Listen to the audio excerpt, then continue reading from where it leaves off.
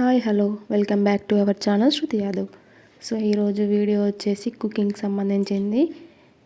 ఈరోజు మనం అలసందకాయ ఫ్రై ఎలా చేయాలో చూద్దాం.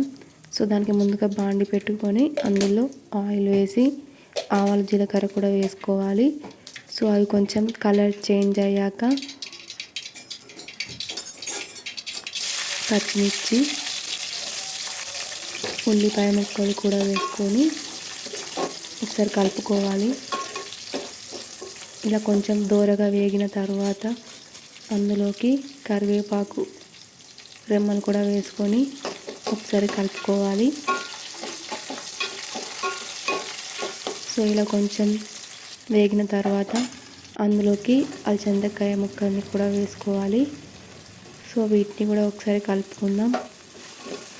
సో మన ఛానల్ కనుక ఫస్ట్ టైం చూసినట్టయితే please to subscribe and like and share. So ఇలా కలుపుకున్న తర్వాత మూత పెట్టేసుకొని ఒక 5 minutes ఉంచాలి. సో తర్వాత ఇలా కొంచెం కలర్ చేంజ్ అవుతాయి. సో మధ్య మధ్యలో కలుపుకుంటూ ఉండాలి. సో కొంచెం కలర్ చేంజ్ అయిన తర్వాత అందులోకి సరిపడా పసుపు, ఉప్పు అలాగే కారం కూడా వేసుకొని ఒకసారి మంచిగా మిక్స్ చేసుకోవాలి.